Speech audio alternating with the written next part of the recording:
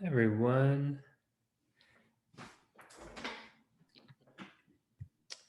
Hi, Steve. Hey, How are hi, you? Scott. I just want to make sure I wasn't interrupting anyone. You're never interrupting. Hi, Pat. Lovely to see you. Just Whoa! Hey, that's the smile. Yes, hi, Pat. Oh, where'd you go? I'm gonna add your spotlight. There we go. We will make you co-host, Pat, if you aren't able. Let me just see. Yep, now you're co-host. So you should be able to unmute at will, or desire, I should say.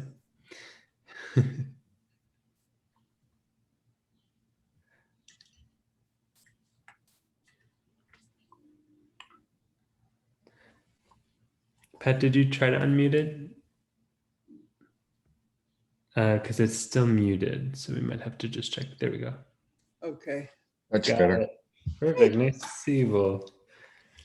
And Albert should be here soon too. Yeah. Hi, everyone who's joining us so far. Lovely to have you here. We'll get started in about 12 minutes with Stephen Porges, Pat Ogden, Albert Wong on a panel on healing trauma, which I'm looking forward to. In the meantime, we'd love to hear where you are zooming in from. So if you head down to the chat box and just let us know where you are and maybe even some highlights from the summit so far. Steve, you're in a new room. Oh, I'm in my wife's broadcasting room, which is our bedroom, because it's quiet. It's quiet and it has very good light, and it gives her the run of the house when I go online. So I like don't the always want to. Well, it's in the eaves, so I will actually take the camera and share with you a view, and this will. Yeah. Okay. So the view. You see the view? We'll make you co-host. Hi, Albert. I can't quite. Oh, wow. That's stunning, Steve. Yeah. Gorgeous. Ed and Marilyn have been telling me just that your house is spectacular, Steve. Well, I thank think you. we're all gonna have to have a party there, Steve. Yeah. Well, actually, given the way I feel, that would not be a bad idea. I think I need to start being close to people again. I think we're all suffering from this. Our bodies have retuned. Anyway, that's the view. And I have the shade down in front of me, so I'm not too distracted. But the birds fly by, and what's lovely is we're up. This is the 4th level of a house, so we're over the dunes. And at around 4 o'clock, the pelicans just fly by the window, and we have a crow's nest. We have another little room above this. If you go up a spiral staircase, you're up there. They really fly is face to face up there. You're up there with the big birds. So it's been really, I would say, wonderful to be in such a living environment during this pandemic. And Pat has similar stories where she hikes and walks through Colorado. I think for people like us who like to engage, it's been challenging. That's all I can say. I will tell you, and I'll probably discuss this in our dialogue. I'm retuned. I really am still trying to figure out who I am. You know, it's and I think this is going to be the story for many of us who are, in a sense, healthy survivors. So we didn't get the virus, but our nervous system reacted to the culture. Yeah. I went out and saw people more than just like one-on-one, and maybe 2 weeks ago, and I'm so used to this that I was like, it was so interesting to feel the lack of capacity. So 2 weeks after I got my shot, I went to Costco, and that was just the most exhausting thing. It was just like right in your face, and I just, I think that was an event. Really. That would be my first adventure like that. My daughter took me to the botanical gardens in that was the best place to try to re-enter. There were people, but it was gorgeous, and it was outside, and there was lots of space. So Costco would be terrifying. Well, I kind of like Costco in general because I love to walk around, look at the new stuff. I'm an eye shopper. I don't really necessarily have to buy, and I like the samples and having I just it was an enjoyment. It was something I'd like to do, and now it's not up there on that list. It's just not there. Yeah. I mean, I get overwhelmed from Costco when there's not a pandemic. So more applause to you. You need to sit in somewhere and just watch the people, sit where the furniture is, just sit there and enjoy the people. But during the pandemic, they don't want people sitting. And so my whole self-regulatory strategy of sitting, watching and learning, from people interacting, now I was part of the mob. You were part of those being witnessed. No one was witnessing. That was the real issue. Yeah. That was the activity. Yeah. Everyone, as you're joining in, we'll get started in about 8 minutes. And this is a panel on healing trauma with Stephen Porges, Pat Ogden, and Albert Wong. And hi, Albert. Nice to see you. Yeah, lovely to be here. Yeah. Hi, Pat. Hi, Stephen. Yeah. Nice to see you, Albert. Where are you? Where are you located? I'm in San Rafael, the Bay Area, San Francisco Bay. Yeah, so I'm lucky to be surrounded. In Marin County, we have lots of natural beauty, and that's been a saving grace during this time, for sure. San Rafael is gorgeous. I've been there many times. Yeah. Albert, do you know where Scotty's Market is in San Rafael? Yeah. So I grew up a block away from there. Oh, you're joking. No. That's so funny. Yeah. It's lots of people seem to come through San Rafael. It's like 7th best climate in the world. Oh, is that right? According to my father, who's an expert on weather. Okay. Yeah. But he still loves to talk about it. Wow. Yeah. Well, there's something about just I was taking a walk last night, and there's something about just the cool breeze, or it's just very kind of almost like enrapturing and bathing. It's like I'm trying to find relationship where I can, right? And so, letting that be social contact on some level. Yeah. Pat, you're in Colorado, Boulder. Yeah. Lovely. And like, What a beautiful. Outside of my bedroom, I put all glass. I don't think you've seen this, Steve. I think I did a remodel since you've been here, so that when I wake up, I can see the trees and the mountains, and it's so nourishing just to wake up to nature. Even though I'm a mammal person, I enjoy the birds. It's like it's really, especially last spring, the adult cardinals, the male adult cardinals feed their offspring on the limb outside off our deck. It was really just kind of. I started feeding the birds when the pandemic happened. I had so many tanagers, just all kinds of birds.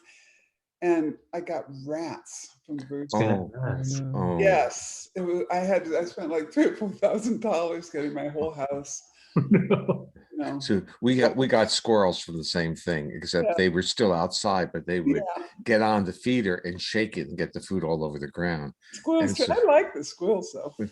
They're too smart. They're jumping from limb to limb to get to the feeder, and I'm running after them with a broom. It was like. So I'm feeling bad about it. It's like. My sister just calls them squirrel feeders now. She's given up on the birds and made friends with the squirrels. Well, they're clever. They shake the feeder, so the food, and it's supposed to be squirrel protected, but they shake the feeder, and then the food goes all down to the ground, and they just eat it all up. And that's when the rats come, when it goes to the ground. Oh. So if you're just tuning in, folks, welcome. This will be also a conversation on healing trauma, but first a conversation on healing from squirrels and rats from trying to feed them. Is everybody hearing our conversation? Yeah. I thought it was just us. I mean, big extended family of, I'm sure everyone can relate to squirrels and birds. It's a very universal theme, apparently. We're the fortunate ones that we can have birds near us. And if we True. were in a city or inner city with a window maybe, and without a deck and without being near nature, and let's even think about not being in a happy relationship, but quarantined with people you're not safe with. Yeah. The consequences are going to be just immense. Yeah. Being in New York City is intense in that way. So, Scott, where are you now? I'm in New York City today. Where? Yeah. Where in New York City? Oh, I'm in Brooklyn. Ah. Yeah, Park Slope. Yeah, actually, my son lives somewhere near there or has a place there. Oh, Although he also got a place in Beacon, and that's where he's hiding out. Yeah, I smart. think he was moving to Florida next door to you. Yes, he is. Cool. Yes, he is. He's moving next door, and that's a major event. But he's a filmmaker, and he's now actually out in Seattle, working with doing a Netflix documentary on a bank robber, a serial bank robber. But Seth, who's my son, is really, it's going to be in a sense a very interesting psychological drama as it gets put together, because the goals of robbing the bank are to become free, and the consequences of robbing banks is isolation. So you get this dialogue where people are really isolated from family, from everyone, violating friendships and not trusting anyone, when the expectation was almost like a Robin Hood expansive Bonnie and Clyde experience, and they're left totally isolated. Wow.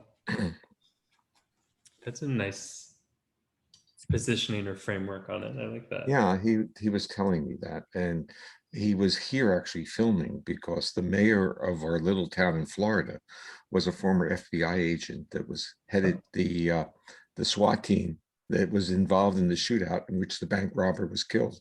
Oh wow. And her husband was as well. So. Wow. Wow. That is a very small world. So if anyone has HBO Max, his first movie was Class Action Park, and that got a 96 on Rotten Tomatoes, and which is really remarkable. Yeah. And so now he's Netflix has bought the rights of the film he's making now. And he's taught on some polyvagal theory. He has videos teaching. His video has more hits than mine. but he borrowed my slides, so I feel and some of my genes. But he's not a therapist. He's not a psychologist. He is a tech writer by trade, a journalist, and now a filmmaker. That's great. Now your neighbor. Or soon to be your neighbor. Soon to be. Yeah, we're really looking forward to it. That's amazing. Hi, everyone. We'll get started in just a minute or so. This will be the panel we're calling Healing Trauma. And with Pat Ogden, Stephen Porges, Albert Wong, and you who are here with us. And we'll get started in just a minute. In the meantime, we'd love to hear where you are zooming in from. So if you head down to the chat box, seen people coming in from Kuwait and South Africa, Seattle, Washington, US, France, Thailand, Arizona, Canada, lots of Canada, Kentucky and Dallas, Texas, USA, London, Oakland, California, not too far from San Rafael. And well, with traffic, very far. Kuwait, India, Austria, great, Scotland, Germany, coming in from all over. Beautiful, great. All right, well, we will get started and people will come in on the hour. Welcome, everyone. My name is Scott Lyons. I am the host of the MindBody Therapy Summit, and so excited to have some of the people I look up to so much in the world of somatics and trauma therapy, Dr. Stephen Porges, Dr. Pat Ogden, Dr. Albert Wong. And I'm so grateful to have them here and their incredible wisdom on the subject of trauma and healing trauma. And before I read their bios, I just wanted to make a few announcements. So you'll be, as we know, we're on Zoom. The chat box will be paused during the conversation. And we'll certainly open up at certain points to see what questions you have. So just hold on to your questions and then we'll open it up. We'll take some of your questions and present it to the panelist or conversationalist, as I like to call it. If at any point you need, there's a button that says CC or live transcript. That's closed captioning. So if you'd like to see a visual representation of the words that are being spoken, you can certainly click on that. If there's anything you need in the meantime from a technical support position, you can write directly to the MBTS technical support, and we are happy to support you. All right, so with that, I'm going to read the bios. Dr. Stephen Porges is founding director of the Traumatic Stress Research Consortium and originator of the polyvagal theory, which emphasizes the importance of psychological state in the expression of behavior, mental, and health problems related to traumatic experiences. He is author of the polyvagal theory, Neuropsychological Foundations of Emotion, Attachment, Communication, and Self-Regulation. Also, The Pocket Guide to Polyvagal Theory, The Transformative Power of Feeling Safe, and Polyvagal Safety, as well as co-editor of the Clinical Applications of Polyvagal Theory, The Emergence of Polyvagal-Informed Therapies and Polyvagal Safety. Welcome, Steve. Thank you. Dr. Pat Ogden, founder of the Sensory Motor Psychotherapy Institute, is a clinical consultant, international lecturer and trainer, and groundbreaking author in the field of somatic psychology. So happy to have you, Pat. Thank you for joining us.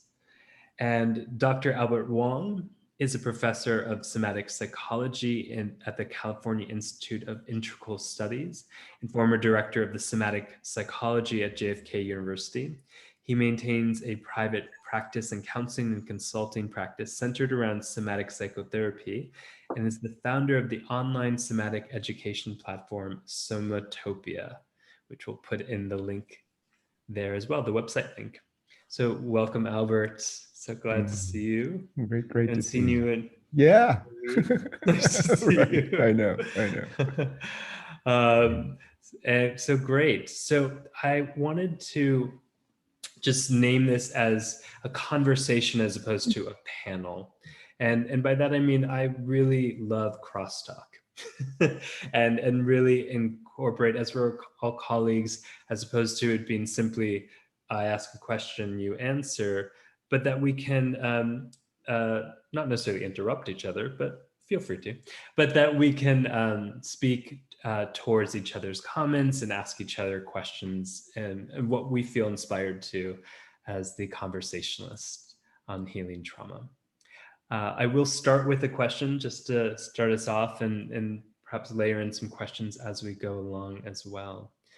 So I'd love to just start with the very foundational question of how each of you have defined trauma, or what's evolved in your definition of trauma as you've worked, and how your own personal evolution as a researcher, as a practitioner working in the field of trauma has developed or transformed over the years of your work.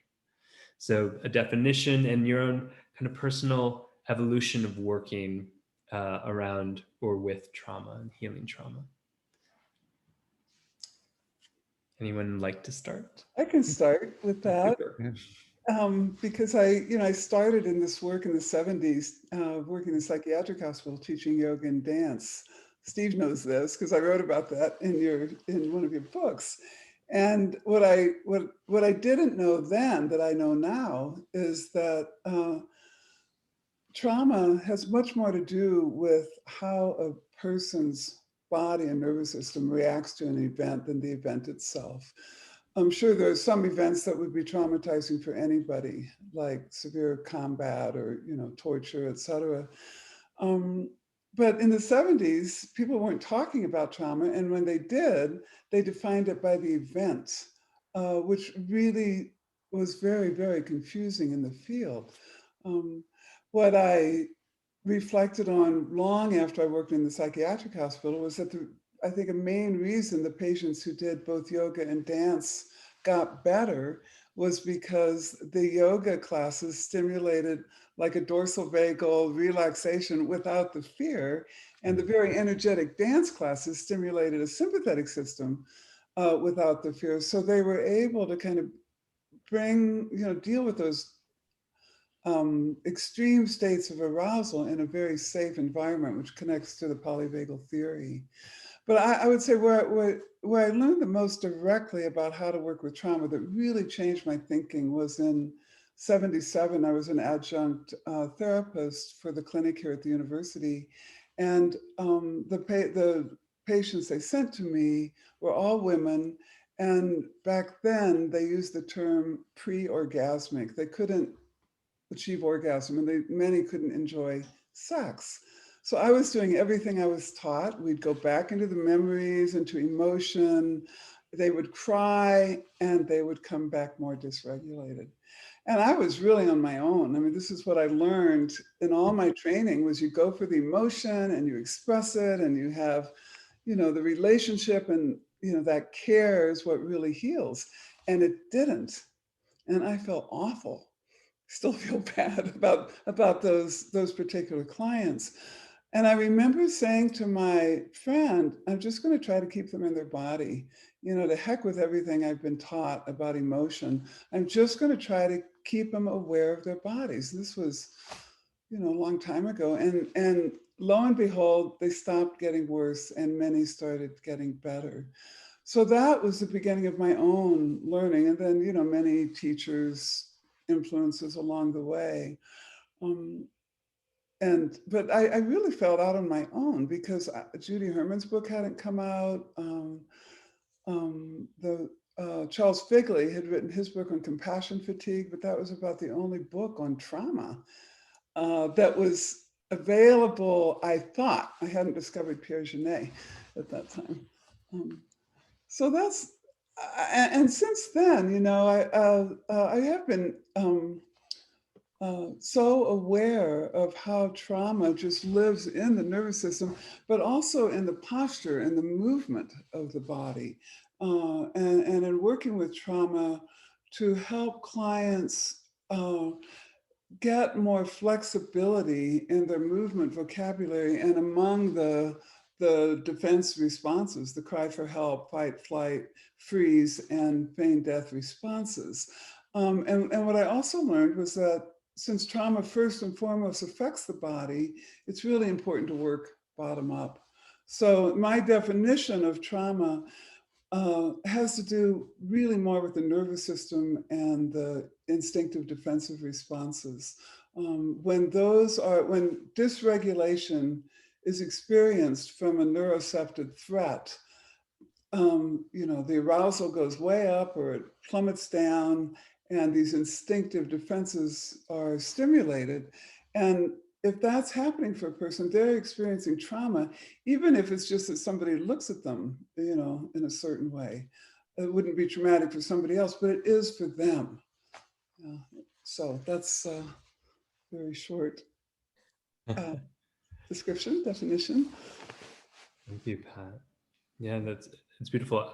I always love the reminder that you also started in teaching the dance and the yoga, and I mean, I know that because I've read your books, but also I have such appreciation that the coming in from movement. Yeah, it's so significant. So I think we all come in for what's really important to us. Yeah. And in my childhood, it was, I mean, who has a fabulous, perfect childhood, right? But I had traumas like everybody else, mostly loss. And my body was my resource. I was so active. And I was climbing trees and swimming, and I'd run to the woods when I got upset. And in the 50s and 60s. There weren't sports for girls, but I still found ways to be really, really active. And that's always been my resource. So I think that's why I, discovered how important movement was way back then. Yeah. Traumatized patients. Sounds like you were doing the research quite early then. Yeah, about 3. That's when we do it, yeah. Stephen, Albert, feel like going next?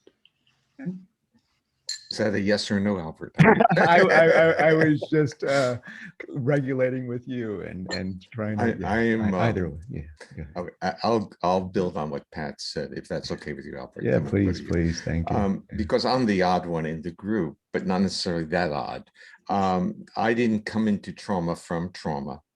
I came into research and came up with certain ideas about basically the evolution to transition from asocial reptiles to social mammals, and what had to happen in their nervous system to turn off threat reactions. So if we think about going down to the core of really what trauma does, it really rejects our detection of cues of safety, because cues of safety turn off our defenses, our ability to respond to threat, because the traumatized individuals, in a sense, the nervous system is not taking any chances. They've been retuned. So let me first say that what Pat said is totally consistent with my perspective. And I've seen, like, ACEs are important. I'm not questioning the fact that events are not important, but they're only part of the story. And the real issue is we can use simple terms like, how did the individual feel? And so when I started to create the Traumatic Stress Research Consortium at Indiana University, I went through the CDC materials on trauma. It's all event oriented. And the interesting part, and this is, I have to actually give the historical part in, and that is there are 3 people in my life that brought me into trauma, and they didn't traumatize me. Okay, they were welcoming me into the world of trauma. And one, of course, is Pat. And Pat brought me into the West Coast world of trauma, and Bessel brought me into the East Coast world, and Peter Levine brought me into the diffuse part of the world, the esoteric part of the world as well. It was in the beginning, it was very structured somatics. It was Rolfing. And so we all have this kind of common theme about having an understanding and a respect for the body. But I came into it with eyes wide open because it wasn't my, in a sense, interest. I was a laboratory scientist interested in how the autonomic nervous system responded to everything. Now that's what was called psychophysiology, but that rapidly changed to understanding the autonomic nervous system as an individual difference, as an intervening variable that was telling you whether or not the individual was going to respond to contextual cues. And now we start moving into the world of retuned nervous systems. And that's where polyvagal theories start to come out. It's saying, look, I can see in that individual. So if we listen to Pat, and when I hear Albert, I'm sure I'll hear some similar things, is that through observations of body movement, facial expressivity, intonation of voice, you're reading the state of the nervous system. And what polyvagal theory did was give a language to explain how that happened. Yeah. And it happened through, in a sense, this evolutionary hierarchy of systems.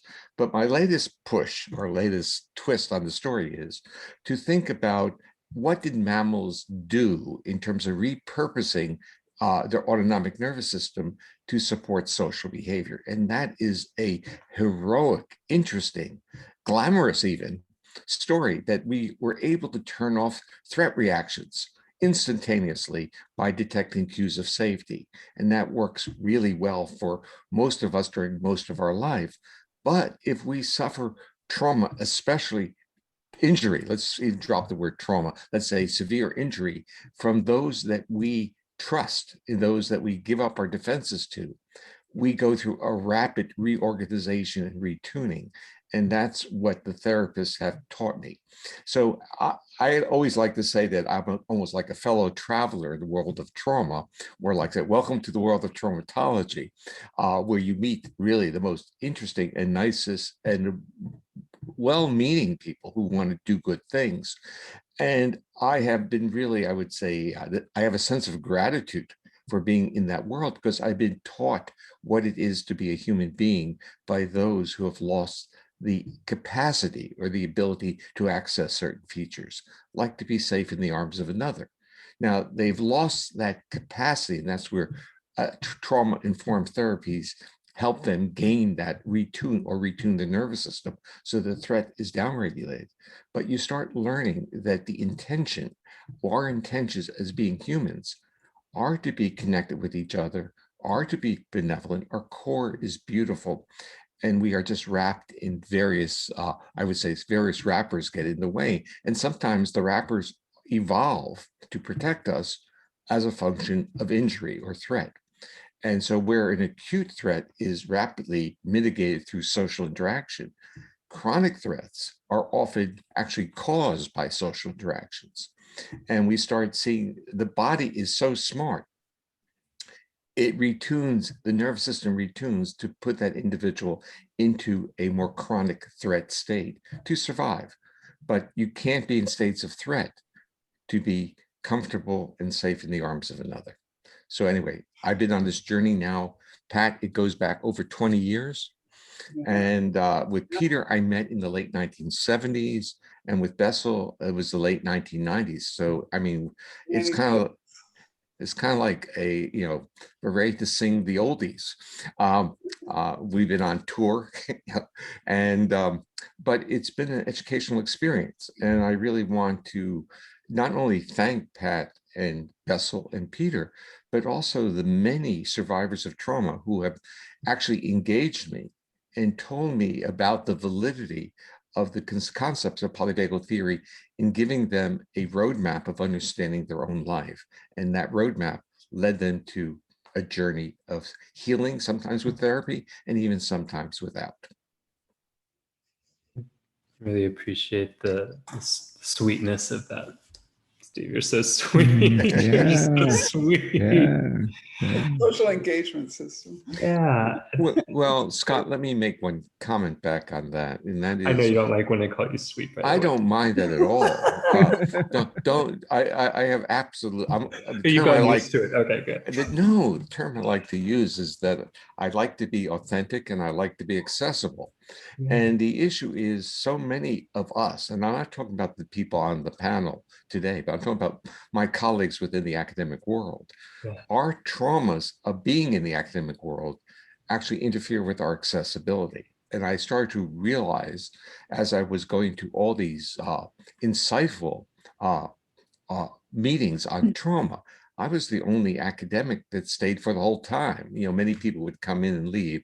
I wouldn't say the only. Yak used to stay, but in general, most of the academics would fly and give their talk, not listen to anyone, and go away.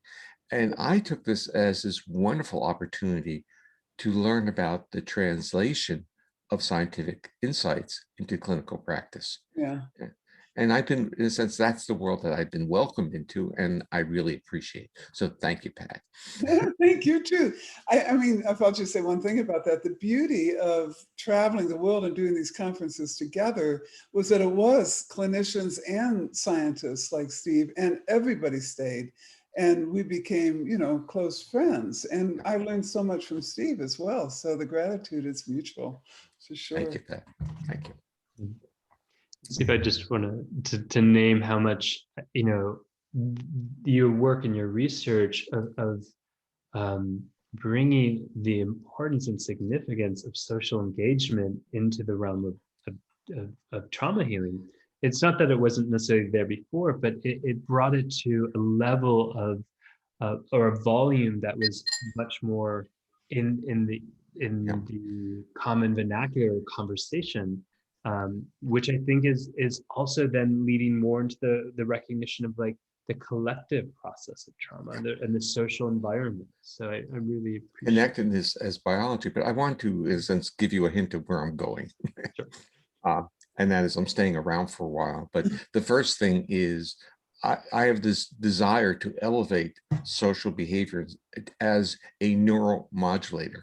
And I think if we start talking about that way, it will get different traction within the medical community, that it is functionally, you can even say it's like a vagal stimulator. It is a neuromodulator of our physiological state. And when we take it to that level, and that this neuromodulation optimizes homeostatic function from a medical perspective, and when you optimize those systems, you're really triggering the social engagement system. So now you have social interaction and optimize physical health. So I'm trying, that's where I'm working. Uh-huh. Could I say one quick thing before Albert about where I am and where I'm going, just because I feel like it's so critical. My new book has just come out this week, actually, called Sensory-Motor Psychotherapy in Context. And I wrote it with 4 consultants who advised me all along the way, and we co-wrote the first chapter. They're all BIPOC. And I wrote it because it took me so long to realize that psychology in general was developed by, Europeans for really European society, for white people, and that its marginalized communities have not had a voice. So I wanted to really write about that and how it's this Western perspective has influenced how we look at trauma, how we look at attachment, how we even interpret our bodies and our movement. And also in terms of a definition of trauma, I mean, most of my career, I've worked with people who had childhood trauma. Trauma was in the past. For BIPOC, the trauma is not in the past. It's ongoing with systemic oppression and ongoing threat. So it takes a different twist. So I just want to emphasize that, because it's not just an individual problem in an individual nervous system. It really is a collective problem, and something that, once again, it's coming to the fore, and I hope that this time there will be some real resolution. Anyway, we'll probably talk more about that. But I could go on, but I want to hear from Al. Well, it sounds like the band is going to get together many more times in the future. And it's really sweet to be kind of included, at least in this jazz ensemble here, and just to feel. I mean, I'm a relative newcomer to this level of I don't know, like prominence, but really just touched by the sweetness that I see visibly between you, Stephen, and you, Pat. I know Scott from before, and I have sweetness there, but yeah, it's really lovely just to see us together, right? And I guess that's one of the themes for me about what trauma is, like, because sometimes, just like you said, Stephen, like people come and then people leave, right? Or there's not an integration of connectedness or community, that there's a kind of a fracturing of education or experience even. And I think that kind of can symbolize like a larger sense of fracture. And at least if I were to talk about trauma, I think all of, what each of you said is really right on. Like trauma is not in the event, it's in the internal capacitance to hold or not hold, or the overwhelm of too much, too fast, too soon, or kind of nervous system overwhelm. For me, it comes down to a certain kind of fragmentation of experience, right? If something happens inside a person whereby their experience stops holding together somehow, like their capacity to be in touch with their body diminishes, for example, or their capacity to articulate what's going on inside or express themselves kind of starts to separate out, or their ability to stay connected across time, like certain things start to gap out. It's that kind of gapping out, that loss of a part of something that should be connected, right? Almost like a loss of connection that feels to me to be like the essence of kind of what trauma is. And part of the task, right? Kind of both in the individual and I think also within the larger context, the social world, is to how do we reintegrate? How do we re-find the parts that have been pushed off, pushed aside, marginalized, repressed or oppressed, right? How do we kind of become the wonderful mammals that we were supposed to be, right? How do we kind of reconnect into our ventral vagal remembrance that you are my friend, right? And how do, or even the parts inside that are terrifying to me that I never want to see again, that too is a friend to me, that it holds something important that's kind of kin to my own heart, even if I've been overwhelmed and have felt like I can't hold it in, right? So it's like, how do I reinvite my internal family? How do I open to kind of the family writ large, right? How do I remember community, humanity, brotherhood, sisterhood, and both within and without. So those are my thoughts, and yeah, honor to be here. Nice. Let me kind of respond, Albert, because it's a beautiful statement you made, and it also is very consistent with the world that I'm in, the world that Pat is in. I like now to talk about connectedness within, which is the neuroregulation of our visceral organs, because the nerves that are regulating are, the regulator is actually in the brainstem. And so it's a connection within ourselves that is required before there can be a connection between us and others. And we have to recognize that when we break connection with us and others, the connection within ourselves also starts to deteriorate. And I want to tell you about, again, where I'm going now. I basically have resurrected a measure I developed in the late 1990s. So if you're around a long time, you've done things, and now you rediscover what you've done, and you smile and you say, I'd like to meet that guy. He was a great guy, you know.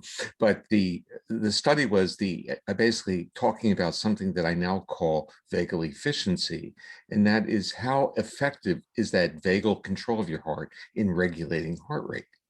And what we're finding is that in any population that has these diffuse symptoms of dysautonomia, that vagal efficiency is poor, meaning that you think you're controlling your heart by sending that signal to the heart, but the heart rate's not tracking it. It's decoupled. So it's an inefficient way of getting that energy to move. We found that people with trauma histories have low vagal efficiency. We found that people who have trauma histories and low vagal efficiency have more clinical symptomatology in terms of depression, PTSD symptoms. We found out that, actually this is an old study, we found out that alcohol reduces vagal efficiency acutely, and which makes sense. And we also found out that with preterm babies, if you literally have an intervention in which you're engaging with them a lot, their vagal efficiency matures more rapidly and approaches the normal level close, within a couple months post-birth. So we see that there's an underlying neurophysiological metaphor for exactly what you're talking about. And we also know that this vagal efficiency works great for acute challenges, whether we're running or even if we're dealing with transitory threat, that system works.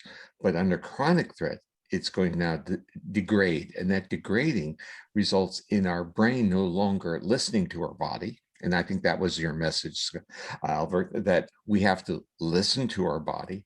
And I'm saying we're listening through a surveillance system that we inherited. The vagus is primarily a surveillance system. It's more a surveillance system than a motor system. And if we start decoupling these systems, meaning our organs in the body from our brain, we start getting all these diffuse comorbidities that occur following trauma. So it's so predictable. And in fact, in the world of trauma, you just have to ask, do you have any problems subdiaphragmatically? And this goes back to Pat's earlier statements about inorgasmic people.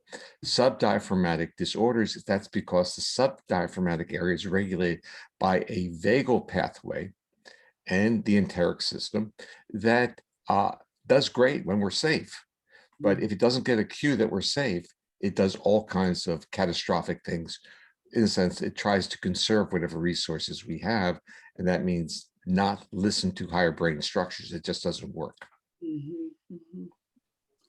Yeah, I want to comment on that too. Well, one thing, Steve, I have a question for you first. How do you, I mean, do you work with just those vagal exercises and all to for vagal efficiency? That's one question. And the another question is, I would assume there's a direct relation with the actual functioning of the heart, like tachycardia and palpitation. Those are, let's separate the questions. Okay, so the first question is we measure it by simply doing posture shifts. So supine for a while, sit for a while, and stand, because the vagus has to now adjust the heart rate for the posture shifts so that ensure that you get oxygenated blood. So it becomes orthogonal to interpretation of context.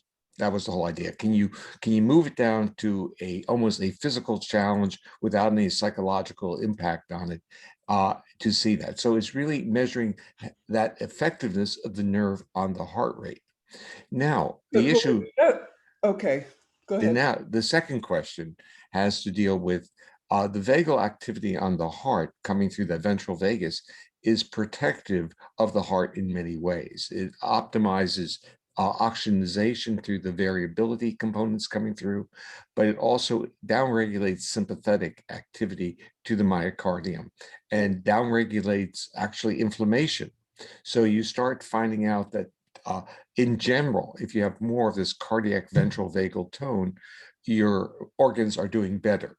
Now we get to more specifics, and that is atypical ECG patterns, which I think is part of where you wanted to push me, Pat, on this.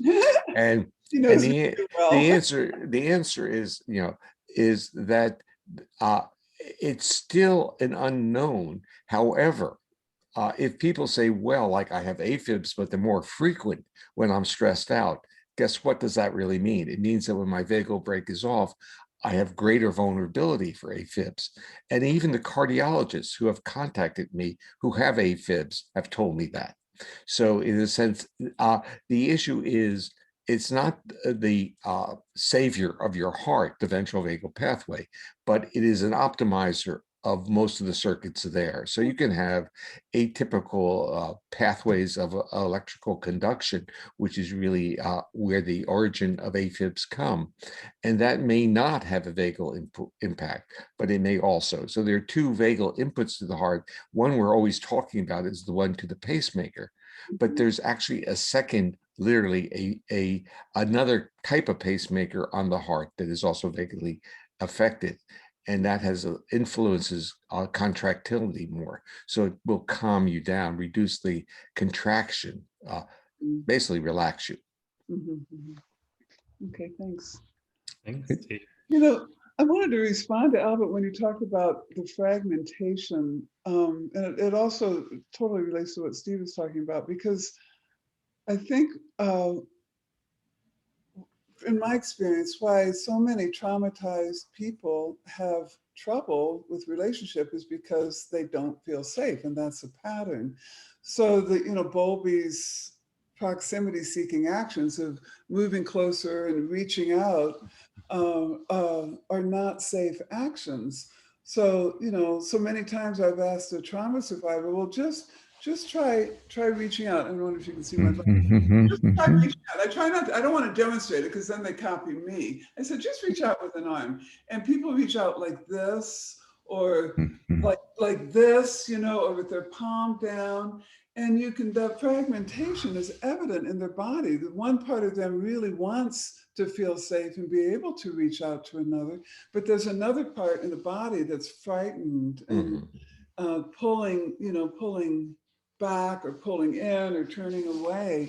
So, I mean, the fragmentation shows up so clearly to me in the movement and how people move when they make these typical gestures of, pushing away, reaching out, aligning the posture, taking a deep breath, grounding. All our kind of default mechanisms that have worked in the past, not only in the nervous system, but in the actual movement of their body, of our bodies, show up there. And when I often think of, we've got to integrate through the movement the different parts of the self that have fragmented and that manifest different postural and movement patterns. And I mean, many people who work with DID say, well, we can't really work with the body. I couldn't disagree more, because I think until you understand that each movement can represent a different fragmented part. So yeah, movement is scary for somebody who has DID. You know, pushing away is terrifying when pushing away made the violence worse, right? Reaching out is horrible when you reached out in the past and you got assaulted. But if we know that, we can start to work really subtly with the movement of the body to help these parts integrate. Yeah. Yeah. No, yeah. Go ahead. No, I'm all with you there. All right. Like part one sign of fragmentation is that there are certain actions I cannot take, right? That almost become gaps in my capacity, kind of a reach with trust, right? Or a reach with kind of belief that the object to which I reach might be kind of safe enough, right? That how can I maintain my vagal tone, like my sense of kind of moving forward with the belief that love is out there, right? How can I take those actions? And you can see people get fragmented from behavior, from the physical action. They can get fragmented apart from society, from family, from, you know, culture, right? Where it doesn't feel safe to do a physical reach from me to you, or just across any kind of relational or cultural difference, right? So I think these are really vital questions, and just to tag on, like, because I think, like, how do we relearn how to do those actions? How do we kind of come back into that? How do we refine our capacity, even in the face of ongoing unsafety, right? To do what we need to do, right? Because for some people, maybe reaching, like actually maybe reaching, this might be what is reasonable, right? In a certain context, right?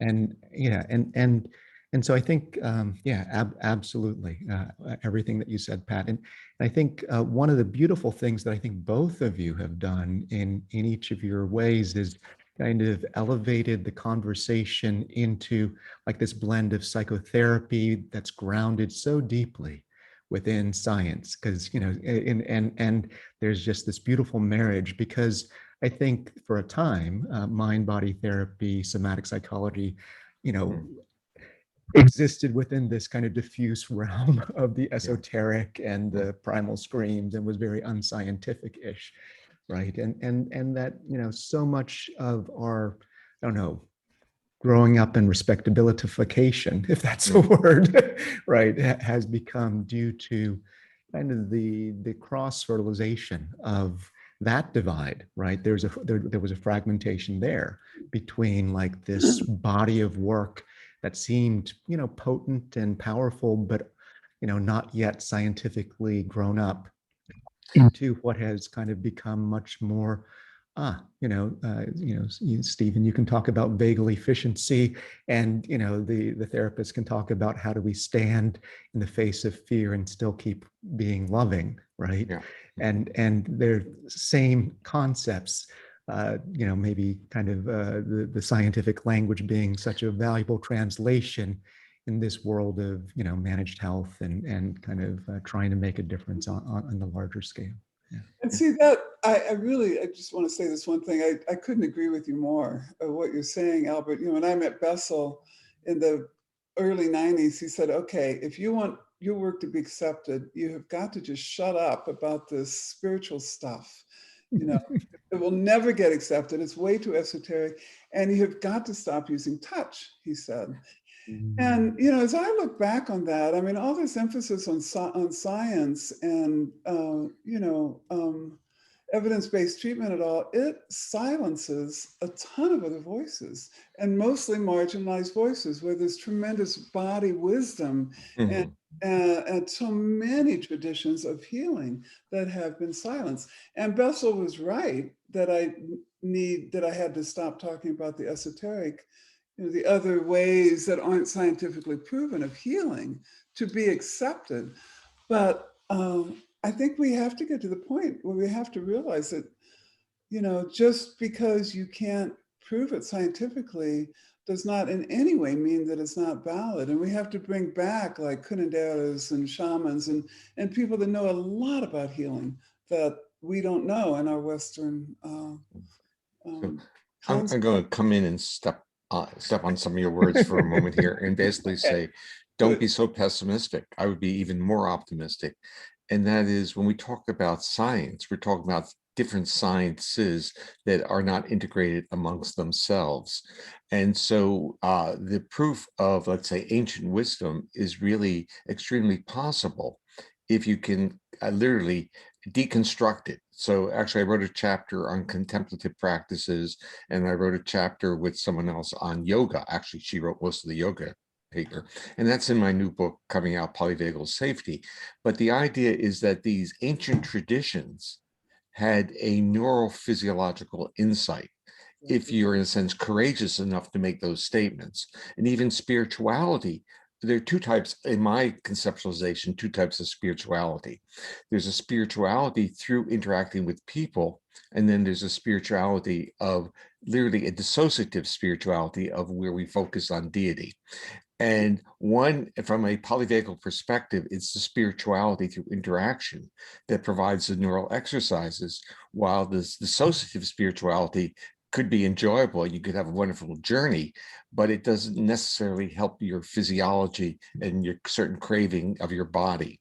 So that we need to understand that the wisdom of our history as humans has a lot to do with the wisdom and understanding of what the body needed to flourish. And that's, in a sense, I have taken on some of the role of trying to, in a sense, respect that and not be, let's say, bullied by those that don't understand. I wrote a chapter. I was actually a keynote speaker in a conference in the early part of this year in Brazil. Unfortunately, or I didn't go there, or fortunately, I didn't go there. And my chapter is about transdisciplinary research. And what I realized is that my work was very transdisciplinary. It was like dealing with the Rubik's Cube, different scientific disciplines and common themes. And just like you would solve the Rubik's puzzle, I was trying to solve it in terms of how did the autonomic nervous system support health, growth, restoration, and social behavior. And I was going through all these different disciplines, from neuroanatomy to evolutionary biology, all these things to come up with common themes. Now, in the paper, I talk about, well, this is really, I really enjoy that. I came up with these ideas, but I said there's a downside to that, because every discipline has its own language and doesn't know about the other languages of the other disciplines. So now I had to communicate in all those disciplines. And then you have this myopic view of each of the disciplines. And we, as being involved, I'm not the therapist, but I'm involved with many people who deliver therapies, have lived in a world that has been literally threatened by contemporary medical science, as they call it. And we have to understand that evidence-based practice doesn't mean it's scientifically based. It just means it does something. And the clinical trials are not necessarily good research instruments, but they demonstrate it does something.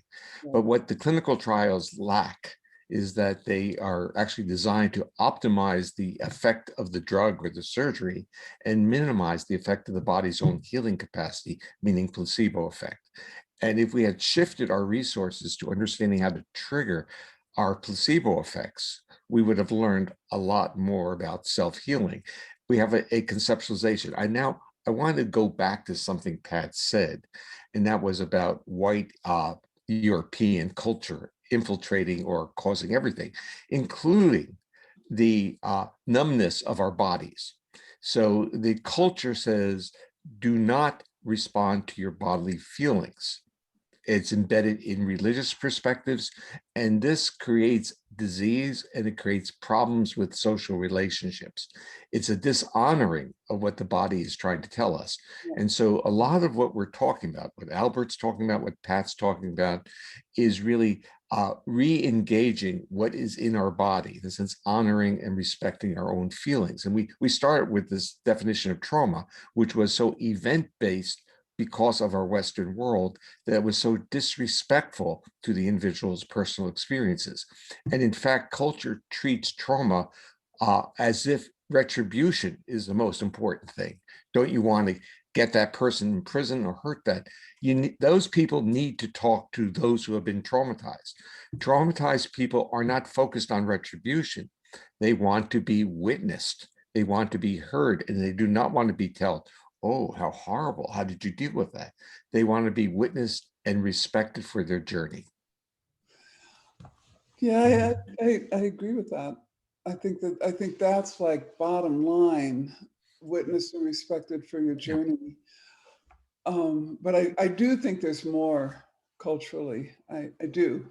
Yeah. In the United States, I believe in reparation. I see how my family's half Black, and I see how there's no inherited wealth for their friends and all, and they come from my family, so they will have inherited wealth. But I do believe in. I think that there's more on a social cultural level that we need to do as people of privilege.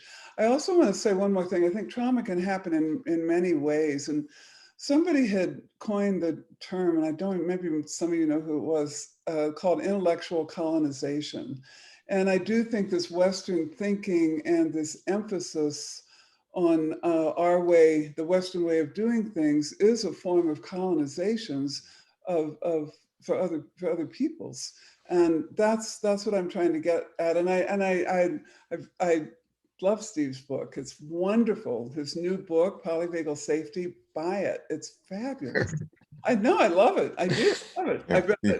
I wrote a little blurb for it. I loved it so much. Thank you, Pat. You'll get your cut later. Yeah. But alongside of that, I have been aware of how I have appropriated concepts and ideas from other cultures without even acknowledging that. And mindfulness I've been using mindfulness since the 70s. I learned about mindfulness from Ron Kurtz and Naropa way back in the 70s. And I never thought about that was a term that was appropriated from Eastern traditions and dramatically changed in that appropriation.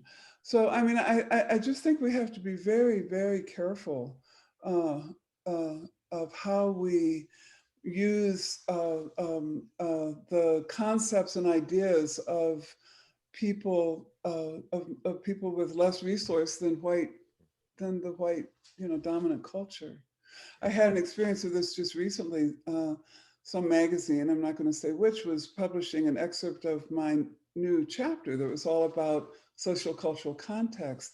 And within that chapter, they had these gorgeous, stunningly beautiful pictures of Indigenous people, Black people, Asian people, trying to make it visually appealing. And my stomach just churned when I got the copy, because the appropriation of these stereotypical images went against everything we were trying to say in what they printed about the subtle nuances of privilege and appropriation. So the journal person was very receptive to my feedback, and they took all the pictures out at the last minute, thank God.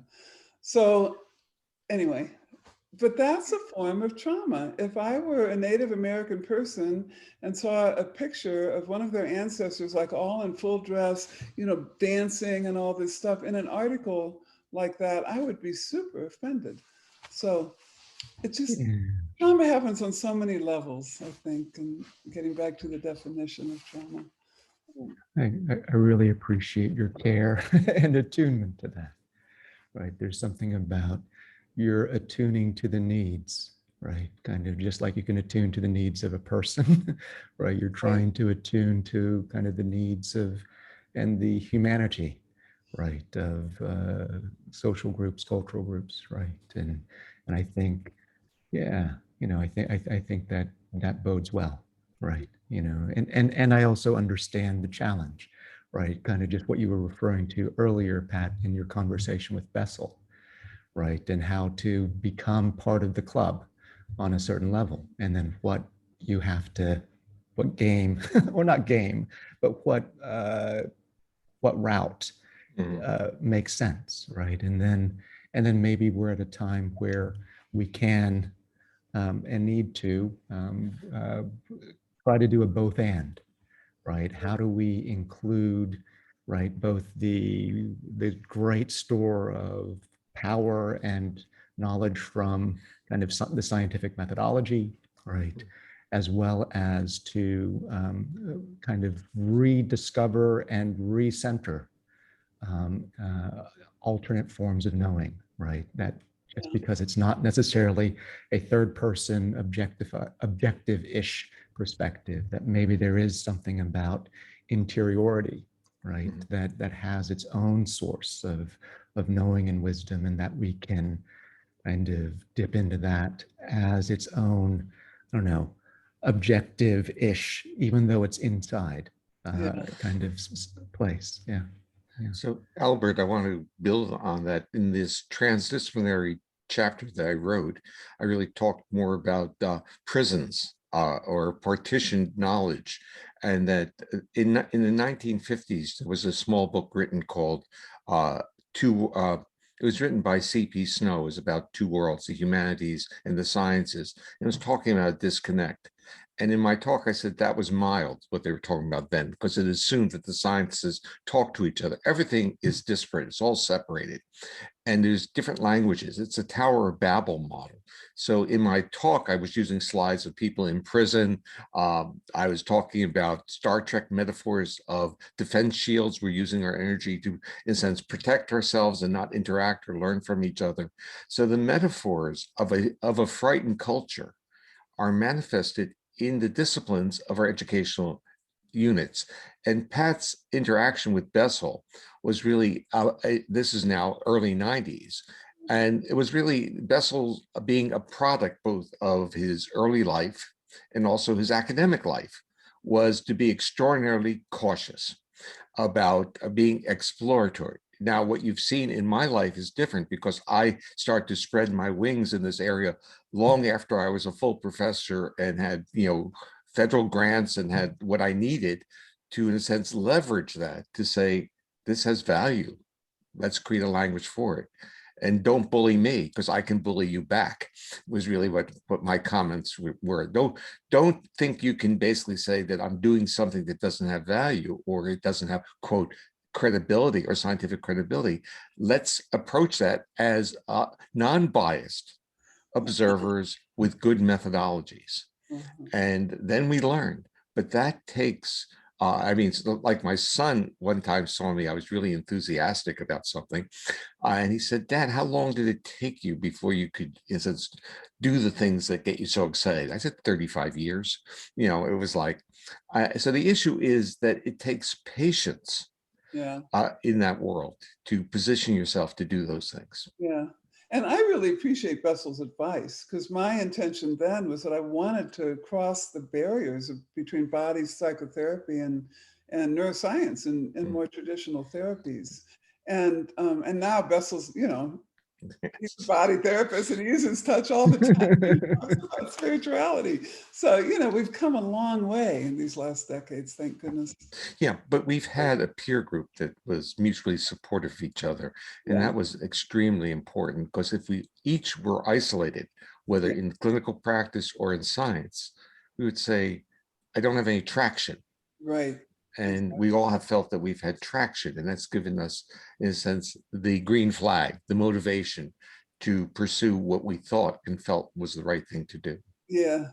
I know Peter Levine, for this, or just so you know who I'm referring to, mentioned the same thing, Pat, in terms of like putting a cap on the spiritual nature of trauma healing, and mentioned to me recently, he was like, I now get to do that. I now I get to come out of the spiritual closet, so to speak, and engage with that in relationship to trauma. And I think, I really appreciate the conversation around, to use the metaphor of colonization and decolonization, not the literal translation of it, but decolonizing psychology, but decolonizing the ways in which trauma therapy has formed. And and which is why I certainly invited you all for the integrative somatic trauma therapy in the fall, because there is a need for an evolution, and it is happening, in the sense of to shift from the individual body or the individual nervous system alone to the collective body or the collective nervous system.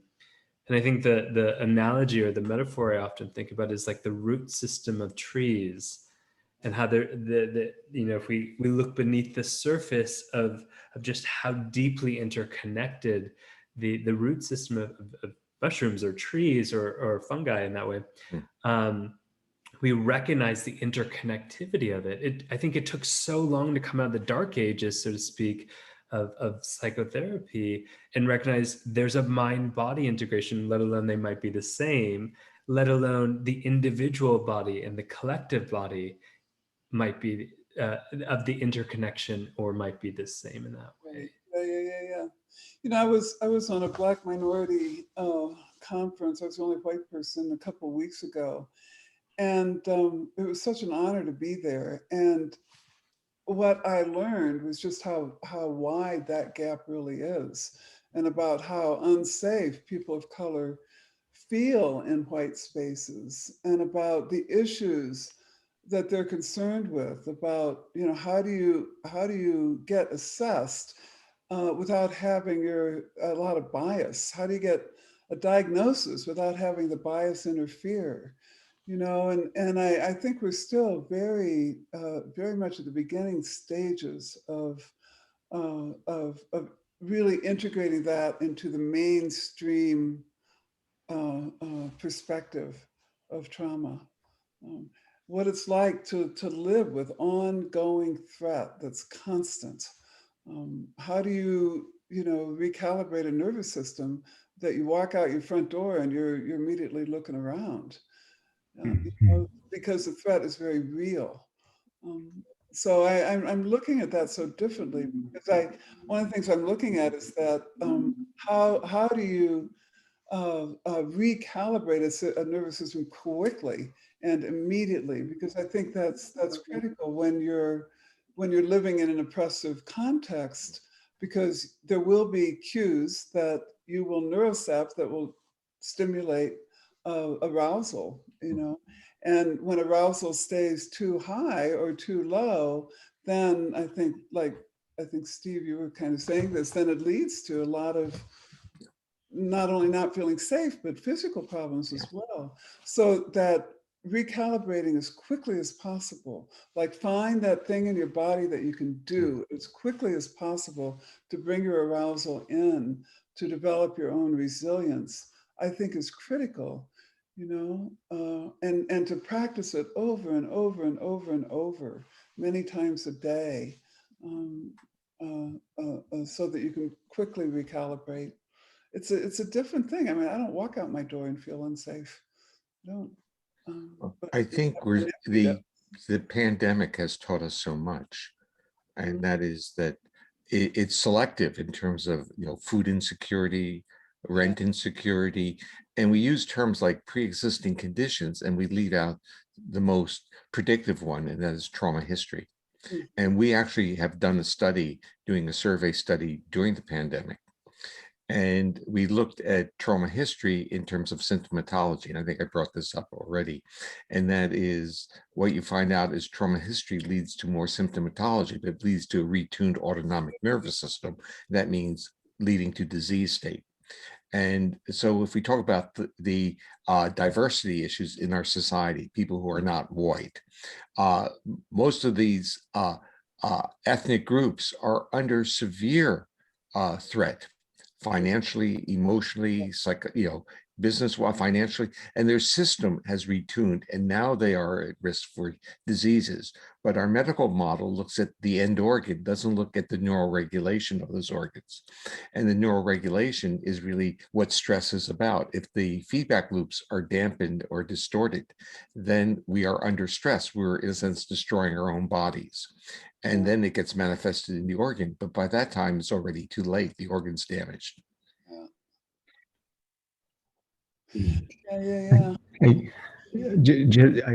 I just tagging on to some of that. I really appreciate the notion of that there's a different level of I don't know, resilience training that's required for people who live in environments where safety shifts quickly, kind of depending on environment to environment. Right, and that's an interesting perspective that you know that I think maybe doesn't get enough play. Right, the contextual shifting and this safety shifting. I think when we draw the window of tolerance, we think of that top line as being like kind of fixed in place, but it's actually moving up and down constantly. Right, depending on context. Yes. And then how do we kind of neurocept, kind of assess and recalibrate? How do we, whether it's, you know, learn to have greater vagal efficiency, will that help? How do we pick up the social cues? How do we become contextually more attuned and aware so that our nervous system gets enough downtime so that we don't go into that kind of chronic state, right? So I appreciate the conversation and just the ways in which maybe there's skill sets that we presume, because I think, you know, for some folks, there's a presumption of kind of this baseline, and that's what kind of privilege is, right? Just this baseline presumption of, okay, here's what kind of the world is, a relative world of, you know, neutrality, et cetera, when for many people that might be kind of very variable, right? And how do we help people navigate the variability of that and find oases and pockets and learn how to neurocept that. And yeah, anyways, I appreciate these ideas. Yeah, it really shifted my thinking, because most of my career, I've worked with people who had a trauma history, you know, and the main goal was to get them to realize on a body level, an emotion level, and a thought level that they're safe now. The trauma's over. The war's over. It's over. But working, you know, with marginalized and oppressed people, it's not over. So I think it does require a different way of thinking and teaching. I mean, when I look back at all the, you know, the classes I taught, and I had a lot of people of color in my class over the years, and I never thought about the unsafety that they must feel being in a white dominant space. As a white person, it didn't occur to me. You know, I'm not proud of that. I feel really bad about it, but as we don't have to look at that, you know, as members of the dominant culture. So it's really a challenge individually and collectively to try to find solutions for that kind of trauma. This kind of brings up a question, Pat, that I'm holding and tagging on to what you're sharing as well, Albert and Steve, is, you know, we've trained and we've developed these somatic trauma therapy systems or technologies that I think, as you name, Pat, are borrowing, are appropriating, are being brought in from many different origins and ancestral lineages. And this question that kind of emerges is, are there universal technologies or tools for healing trauma that still recognize the individual and the multicultural and the multi-experiential or experienced or multi-historic experiences of people with trauma? Or another way of saying that is, are there universal tools that still recognize the individual experience? Not an easy question, I know. I'm not quite following you. Universal tools that recognize both the the collective and the individual experience?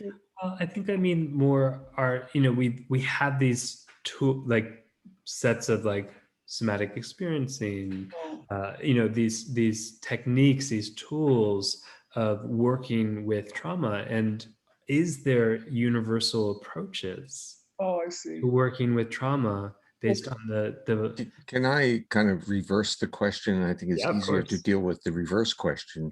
And that is to really say that there are universal reactions to trauma. The issue is our assumption that we know what the traumatic events or the causes are. And I think what Pat is doing is highlighting the fact that when people are living in a world that is threatening to them, their physiology is already retuned, and their vulnerability to really be triggered into severe, basically states of regulation are increased. Now, so that part is easily identified because we really have to witness the individual, and that's been what's missing. So we're not saying that understanding that the individual is spending time being bullied by the culture, being marginalized by the culture, but what we start understanding is that our quest in life is to connect with another or be connected. That's our biological imperative. If we violate that imperative, our body is in a state of threat. And then when we start talking about a treatment of minorities, regardless of where it is, we're saying we have marginalized the population and we have put them under great, at least psychological threat. And often it's not just psychological, it's financial survival and it's physical harm. So their bodies are now adaptively retuning to the threat. So we now have the script of what's happening to them. The reversal of that is, and this is where Pat's comments are so relevant, that is, we have to know the culture. We have to know the history of what cues our safety, what enables people to give up their guard. What does their nervous system through, let's say, transgenerational, I actually don't like to use the word learning, but it becomes a transgenerational learning. What happens? Yeah. I agree with that. I'm also thinking, we started out the first chapter of this new book with James Baldwin saying, if I can get it right, not everything that is faced can be changed, but nothing can be changed unless it is faced. And I think talking with the universal truth, I mean, we know that in working with our trauma survivors, until they can, Anna Vanderhart calls it realize what happened. Like, okay, yes, I was abused. It happened to me. It's the truth of what happened. That's kind of major in trauma therapy, because a traumatized person tries to avoid the traumatic memories, often just get away from it. Let's just pretend that didn't happen, which isn't possible. And I think we're really faced with that culturally. Like, how in the United States, how do we face our history of the murdering of all the Native Americans and enslaving Black people? How do we face that history? I don't think we want to, because it's so painful. I don't think we want to face it. And if we face it, then making up for it is a no-brainer in my mind. So Pat, I've been watching on Amazon Prime. It's not a push for that, but there are several documentary movies on what happened to the first peoples in Australia. Yes. And those people are still alive to tell their story. And it pulls your heart out and literally stomps on it, because they're in the best intentions, they were being treated as if they were subhuman. And it was, in a sense, doing God's will to take care of them and destroy their culture, which was doing well for what it was attempting to do. It was in balance with the land. That's what it was. And to destroy that, and to destroy the land on which they were balanced, you just need to watch these interviews and the videos which they have of when they made contact. You fall apart, because it's in our lifespan, Pat. It's in our lifespan that this was going on. And how does that get repaired? Exactly. And that's what you're asking. And I don't know, because we need a complete re-understanding of a relationship with humanity, and let alone relationship with the planet. Our relationship with humanity is so distorted. Right. No, I agree. Yeah. Yeah. I know. I'm not. I don't know how to. I don't have answers. But I think we have to. When we talk about trauma, we could no longer talk about it as an individual phenomenon. Yeah. We've had our heads in the sand for too long. Well, I tend to talk about trauma now from a transgenerational perspective, not an intergenerational, but transgenerational, because our culture is driven by that transgenerational trauma history. That's right. Yeah. Yeah. And it begets more trauma, like all the bias in our country. You know, it was starting to shift it, like with the Chauvin trial and all, but it can legitimize violence towards people of color. You know, the bias. I mean, for years, we know this, all a white woman had to do was to call 911 and say, I feel threatened. And the Black man that was supposedly threatening him his life would be in danger.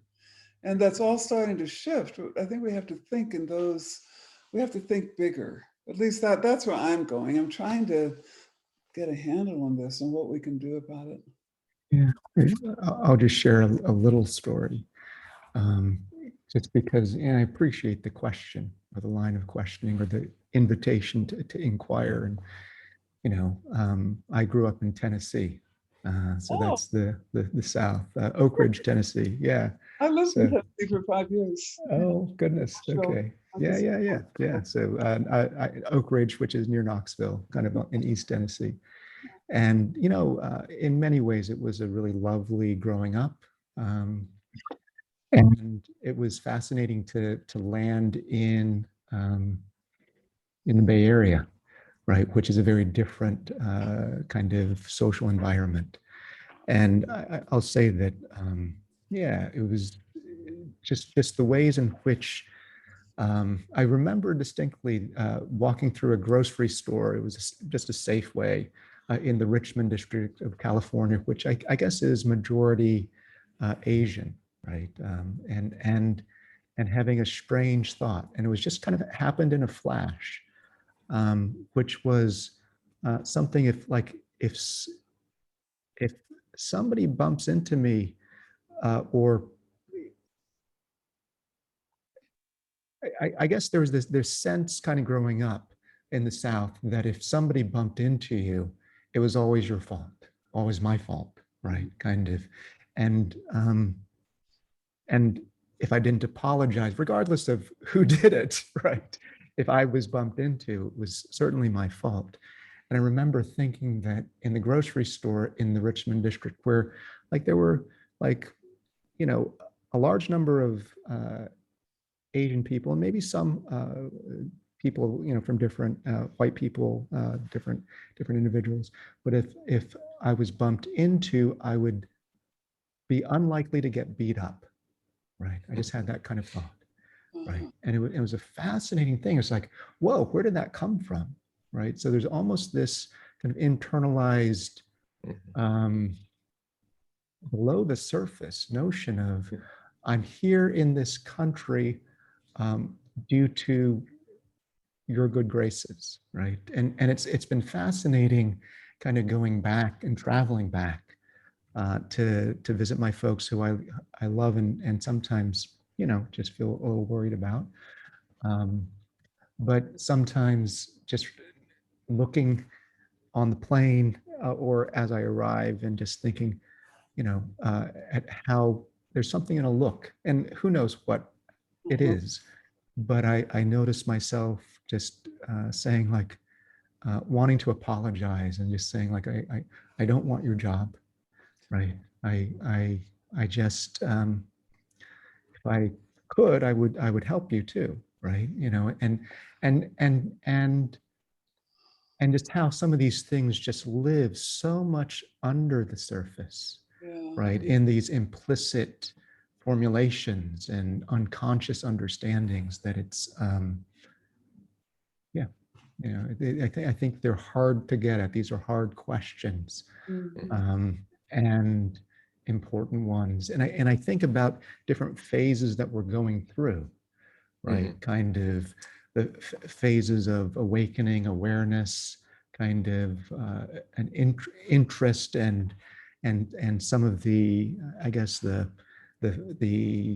kind of outpouring in different ways, and just like how do we shape this for us all, right? How do we make it safe enough? How do we, because we can go into the sympathetic, right? I think that's one very frequent kind of, and I think it's a natural stage for us to go into, right? This kind of protective, we have to defend.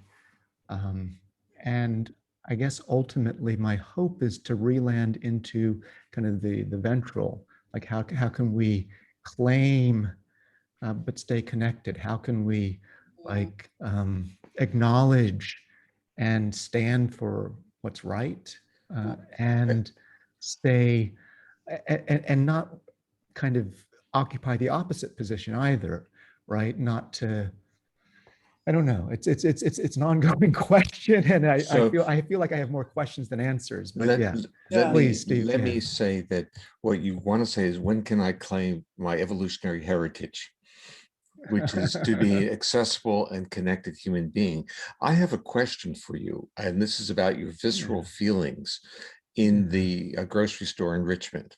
How did you, so I want to know about how you felt versus how you felt in Tennessee in those same type settings. What were your bodily feelings? It's interesting. I mean, I think my experience kind of growing up was, I mean, at least as I can recall, like going to grocery stores, the funny thing is, if I ever got lost in a grocery store, they'd always know exactly where my mom was, right? You know, they just say, okay, yeah, she's over there, right? So there's, okay, that's kind of cool. You know, I think it was one of these things that just lives beneath the surface. Yeah, right? But what I really want to say is that it doesn't live below the surface. It lives in your body. This is where I want to bring it to, so that in Tennessee, even though you viewed yourself probably as a social being, you were on a surveillance of threat because of being different, which means your neuroception was really biased to detecting threat. Now, what I wanted you to say that when you were in Richmond, you had a unique feeling, and I think you said that much of it. But what I want you to do is to label it. You felt safe. Well, it's interesting. I think that might have come. I think I felt kind of puzzled. Yeah, like, well, it's an odd thought. I think what you had is neuroception of safety cues, and that physiological feeling was out of your repertoire. And I think this is really what therapy is about. It's about appreciating and respecting those bodily feelings, and then learning how to navigate with those. Right. Learn how to navigate them. Yeah. And I'm so aware of how much more navigation is required from people of color. Like my nephew, who moved to Boulder because I'm here several years ago, you know, he's gotten stopped so many times by the police. And one time it was really awful. They were accusing him of breaking into a building. He was just out for a run. And I thought, I mean, my own son, my white son, he only got stopped once by the police when he was a teenager and looked like a punk, you know. And I thought, wow, he has got to be able to not get into a dysregulated zone. He's got to be able to access his ventral vagal system in order to navigate with these cops. Because if he gets aggressive or, you know, instinctively runs or even looks a certain way, it could literally get him killed.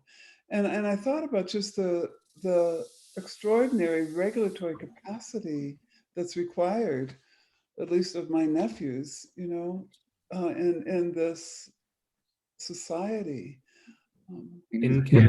Kemen Defo talks about that as the experience of fawning, the BIPOC experience of fawning, and speaks. yeah, of having to stop. It's less, she refers to it as less regulatory, and well, she refers to it as more the process of putting on the brakes. And Yeah. and the occurrence of the brakes and the gas being on simultaneously. And I also wanted just to name Albert. Thank you for sharing your experience. Oh, yeah, yeah. I love hearing your voice, and just Oh, the voice is wonderful. It's so soothing. It's so soothing. Very soothing. But I appreciate you sharing your unique experience. Thanks for your care. I And feel that fawning is really a survival strategy, you know. It's and you know, my other nephew is very fiery. He doesn't have. I worry more about him because he doesn't really have that capacity. Yeah, and yeah, that whole kind of well, first, anyways, just hearing your care or everybody's care, like I feel my heart literally kind of open. So that's really sweet to kind of experience in this circle. And then just the whole notion of learning to appease, right? Because if you fight back, right, you're going to get it, right? And if you don't fight, or you kind of like you stuff yourself down, like there's and that's the only, I mean, you kind of bear the burden internally, right, of that kind of suppressed experience. And so, how do we? I think sometimes individuals who've lived in systems of oppression, whatever they might be, kind of almost have to do double time, right, in terms of kind of developing their capacitance and and sometimes they're the ones who have the least resources. So it's, when I used let me just say this one thing. I'll say it quick. Well, I used to work with women who were in ongoing abusive relationships, and they had the default pattern of just like a dorsal vagal response or freeze response of immobility. So they would just automatically go into that. And we worked a lot with reinstating the ability to fight back in their body and really working with it and feeling the power of that. But then we talked about what would happen if you chose to do that with your guy. And they always said he would beat the hell out of me. And I said, okay, so you're not going to choose to do that, but you know you have that capacity. And that was really empowering, to see it as a choice that they chose not to use for their own survival. And I think that's what a lot of marginalized people have to do, It's just real quick. I think it's a fascinating distinction between dorsal vagal as a non-agentic, right? Like just almost as a biological, and as a consciously chosen tactic, right? To diffuse a circumstance of unsafety, right? And it's one thing to just go into dorsal vagal shutdown, it's a collapse. It's another thing to play possum. I mean, like to kind of like to just, okay, I am not going to resist, right? And I stand full force in my internal being with this as my reasonable choice, right? And that's, I've never thought of that before, but I think that could be a very important differentiation. Yeah. I agree with you, Albert. I want to build on, you brought up the word appeasement, and I just spent some time interacting with a woman who was abducted for, I think, 19 years. Her name is J.C. Dugert. And Rebecca Bailey's her psychologist and works with her. And we did about 3 hours of videotape. They're on my webpage, or will be up shortly, and they're open to people. But we were discussing appeasement.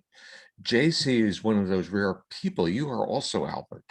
You maintain your social engagement system even in the situations that your body may be under threat. And I believe that's probably how you navigate through Tennessee, that you picked up the cues, but you maintained the social engagement system on board. So you were cueing the other person not to be reactive to you. So if your face went blank, you become totally vulnerable. And if you shut down, you're not even a human being, but you were always present. I would guess that based on our brief interactions today, that you have this capacity of this social engagement system not to leave you, not to go dormant in these challenges. And JC was like that, 19 years a captive. And she was accused by people of the Stockholm syndrome, basically loving her captor. She said, I hated the guy. But if she lost the ability to socially engage, she would have been dead. Because if she went to fawning, there's nothing interesting in the person. Social engagement, she was perky, she was interactive, she had energy, and she had 2 babies to take care of. So you start, and she was abducted when she was 12. And you see this remarkable human being with this resource, and the resource of staying literally connected within the body. The social engagement system is there with overwhelming threat to the body is what separates some people. It's not a learned system. It's really a capacity that some people have. And so we shouldn't get angry at ourselves if we don't have this miraculous system. I'm upset at myself. I shouldn't get upset at myself, but I was upset with myself when I went into a panic state in an MRI. And I was totally disappointed because I wanted to experience the MRI as a researcher, even though I was there for a clinical evaluation. But my body said, confined spaces is not where you want to be. So we learn about our body, and sometimes our body's reactions totally surprise us, and we feel so honored, literally, to share the body with whatever's regulating that. Yeah. Yeah. Now I feel appreciative of your assessment, Stephen, and yeah, grateful for the support that I had within, and just kind of getting back to kind of Pat, kind of like, fortunately there was a social structure like within my family home, right, where it's like, okay, exactly. this is safe, right? Yeah. Kind of, we're together, we're together. Right. Yeah. But you know, I mean, what I think of is all the times Steve and I, we've been at conferences, and all the classes I've taught where there have been, you know, Asian people, Black people, Indigenous people, and we never acknowledge any of this. Yeah. And the acknowledgement opens up a space for these voices, you know, like we never talked about racialized trauma in most of my career. Anyway, I just so think Pat, when we talk in Australia, they open every session with that. But now I start to listen to those words and listen to what they really mean. Yeah. And I think it's very powerful to basically start a session and say, I'm a visitor on someone else's land, and to really take that in. I think that's true. I think that's true for us white people who are visitors, you know. I just think a lot more is needed for the than those lovely statements. Yeah, I agree. Yeah, I know you do. We have to start to land. I just want to say I appreciate there's such a beautiful vulnerability and humility within all of you of you know, experts in a field, and being open and demonstrating and showing that it's a continuous evolution.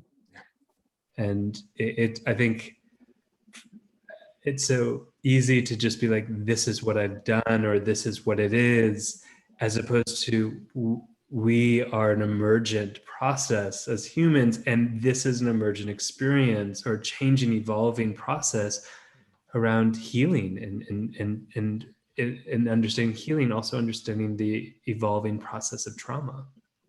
Scott, let me basically make the statement. We're all on this shared journey of whether we're talking about healing, but we're shared journey of trying to understand what it is to be a human being.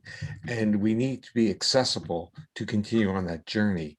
And anything that's dogmatic and pragmatic closes off our capacity to be accessible and to learn.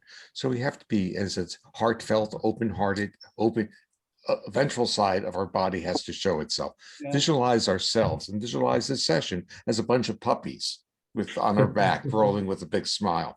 This is how I Because see you, Steve. we are, thank you, we are accessible. And it's through that accessibility that we are, in a sense, students on a journey of learning about what it is to be a human.